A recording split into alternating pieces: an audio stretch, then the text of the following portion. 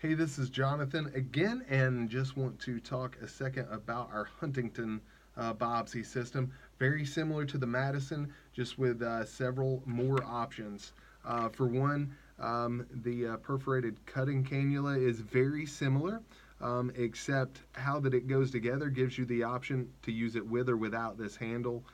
Same depth marker, so under imaging, if you know how deep you want to go, this is a really good aid. Also, just to note, the inner trocar actually Lura locks onto the perforated cutting cannula, and then the handle slides down over that. So you just have some options just in case you would rather approach without that handle to give you a little more control.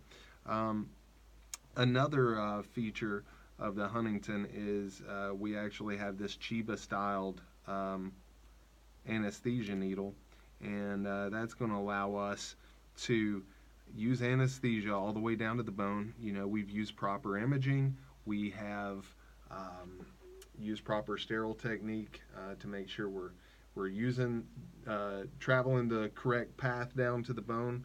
We'll remove the inner part of this two-part needle. Now, the next feature of the Huntington is this guide wire, which is going to go right down through our anesthesia needle.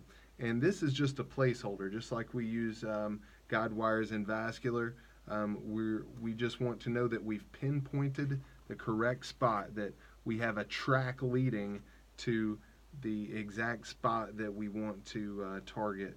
And from there, we'd be ready to use our introducer portion, the cutting cannula and the trocar, and it actually has a groove in the side of this trocar that will allow it to slide right over the wire and out the base, and this is going to direct us right down to the path, right down the path to the exact spot that we wanted to target.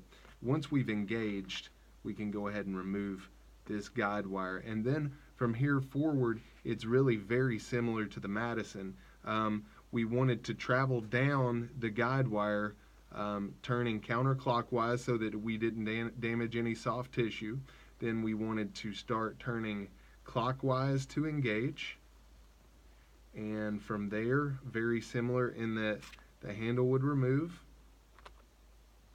If we had approached sclerotic bone, we could remove this inner trocar and replace it with the drill.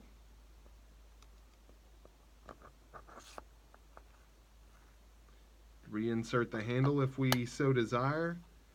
Get a little better grip. Know that we're where we want to be. From there, we can remove the drill just like before. We're going to have secondary samples in that drill that could be sent to pathology. Now we're going to want our biopsy needle, and again, with or without this handle, it's going to work great. So we'll insert that handle.